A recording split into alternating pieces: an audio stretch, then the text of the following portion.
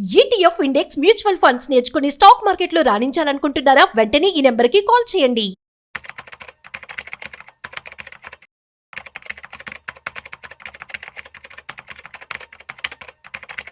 Hi hello నమస్తే, welcome back to Suman TV. కేంద్ర ఆర్థిక మంత్రి నిర్మలా సీతారామన్ గారు ఈరోజు 2026-27 బడ్జెట్ని అయితే ప్రవేశపెట్టడం జరిగింది. మరి సుమారు 80 నిమిషాలు ఆవిడ ఈ ప్రసంగాన్ని కొనసాగించారు. మరి ఈ రోజు జరిగినటువంటి బడ్జెట్లో ఏ అంశాలపైన మాట్లాడారు ఆల్రెడీ మీరు అందరూ ఫాలో అయిపోయి ఉంటారు. మరి వ్యవసాయానికి సంబంధించి, ఎడ్యుకేషన్ సంబంధించి, ఆరోగ్యానికి సంబంధించి, ఇంకా మౌలిక సదుపాయాలకు సంబంధించి, అసలు ఇన్కమ్ ట్యాక్స్, ఇవన్నీ కూడా మరి సామాన్యులకు ఈసారి ఈ బడ్జెట్ ఎలాంటి ఉపయోగాలు చేకూరుస్తుంది, దీనిపైన మంచి సమాచారం అందించడానికి ఈరోజు మనతో పాటు ఉన్నారు special guest associate professor school of economics Chittedi Krishna Reddy గారు. So over to sir. కేంద్ర ప్రభుత్వ బడ్జెట్ లో నేడు విద్యా విధానానికి అత్యధిక ప్రాధాన్యతను కనిపిస్తా ఉంది. ఎందుకంటే మనం జాతీయ విద్యా విధానాన్ని తీసుకురావడం, విద్యా వ్యవస్థలో సమూలమైనటువంటి మార్పులను తీసుకురావడానికి కేంద్ర ప్రభుత్వం పెద్ద ఎత్తున కృషి చేస్తూ ఉంది.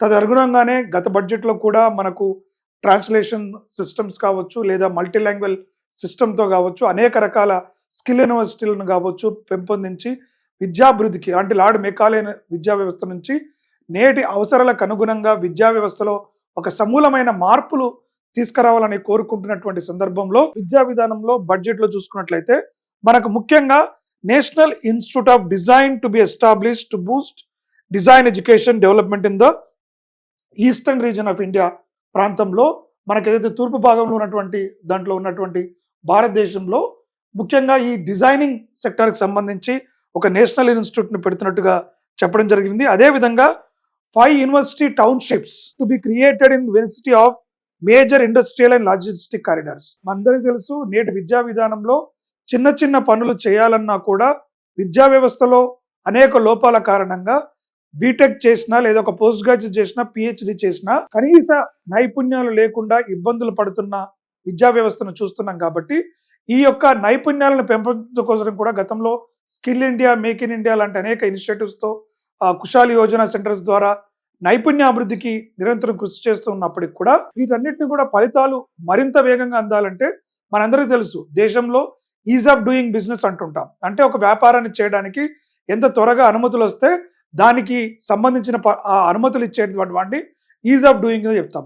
కానీ ఈరోజు ఎలా ఉంది అంటే మన పరిస్థితుల్లో స్పీడ్ ఆఫ్ డూయింగ్, భారతదేశము స్పీడ్ ఆఫ్ డూయింగ్లో అనేక పథకాలు, అనేక సంక్షేమాల కార్యక్రమాలు చేపడుతున్నప్పటికీ కూడా వాటిని వేగవంతంగా ప్రజలకి అందించడానికి, ప్రజలు ఈ భారతదేశంలో ఉన్న యువతకి, మనందరికీ తెలిసిందే భారతదేశంలో అత్యధికంగా ఉన్న జనాభా యువతీ యువకులు కాబట్టి, యంగ్ పాపులేషన్ ఎక్కువగా ఉంది కాబట్టి వారిలో బహుముఖ కోణాలలో బహుముఖంగా వారిని విద్యావంతులుగా తీర్చిదిద్దడానికి చేసే భాగంలో ఇవాళ 5 యూనివర్సిటీ టౌన్షిప్స్ని కూడా క్రియేట్ చేయడం అనేటువంటిది చాలా ముఖ్యమైనటువంటిది.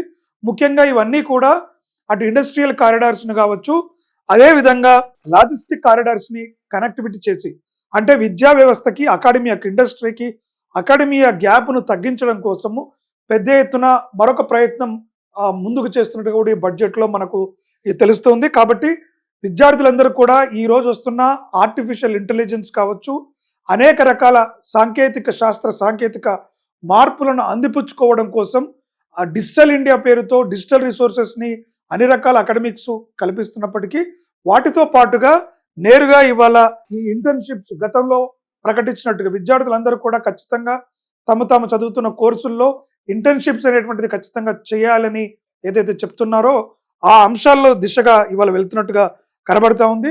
మరొకటి ముఖ్యంగా మనందరికీ తెలుసు, మహిళల్లో విద్యా అభివృద్ధి కోసం అనేక ప్రభుత్వం కార్యక్రమాలు చేపడుతున్నప్పటికీ కూడా ఆశించిన స్థాయిలో ఇంకా ముందుకు రాకపోవడం యొక్క కార్యక్రమాన్ని గుర్తించి కేంద్ర ప్రభుత్వం కూడా ప్రతి డిస్ట్రిక్ట్లో, ప్రతి జిల్లా కేంద్రంలో ఒక గర్ల్స్ హాస్టల్ను పెట్టి స్టెమ్ అంటే సైన్స్ అండ్ టెక్నాలజీ దాంట్లలో ఎక్కడైతే విద్యాభ్యాసం అభ్యసిస్తున్నారో వారందరికీ పూర్తి ఒక సౌకర్యాలతో కూడినటువంటి హాస్టళ్లు పెంపొందించే కార్యక్రమాన్ని కూడా ఈ బడ్జెట్లో చేయడం జరిగింది. అంటే బేటీ బచావో బేటీ పడావో లాంటి కార్యక్రమానికి మరింత ఊతం ఇచ్చే విధంగా వారికి అనేక సౌకర్యాలు, ఎందుకంటే చాలామంది విద్యార్థినులు ఏంటంటే వసతి సౌకర్యాలు లేక ఉన్నత విద్యను అభ్యసించకుండా వెనుదిరుగుతున్నటువంటిది, డ్రాప్ అవుట్ అవుతున్నటువంటి పరిస్థితి ఉంది. కాబట్టి అలాంటి కార్యక్రమాలకు కూడా అడ్రస్ చేయడం కోసం మనము 1 girls hostel to be established in every district అనేటువంటి కార్యక్రమం కూడా ఉపయోగపడుతుంది.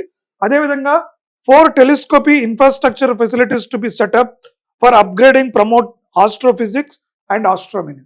అంటే మనకు ఈ శాస్త్ర సాంకేతిక రంగాల్లో వస్తున్న మార్పులను అందిపుచ్చుకునే విధంగా వాళ్ళలో కొత్త పోకడలను రావడం కోసం కూడా మనకు తీసుకురావడం జరిగింది.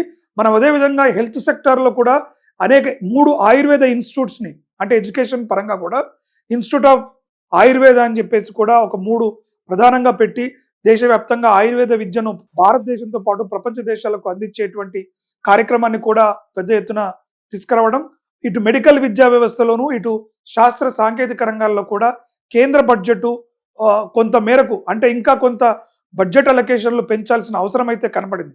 ఎందుకంటే మనకు నూతన జాతీయ విధానం ప్రకారం 6% పైగా నిధులను, అంటే జీడిపిలో వచ్చిన 6% నిధులను విద్యా వ్యవస్థపై ఖర్చు పెడతామని చెప్తున్నప్పటికీ నేటికి ఆ కళ నెరవేరలేదు.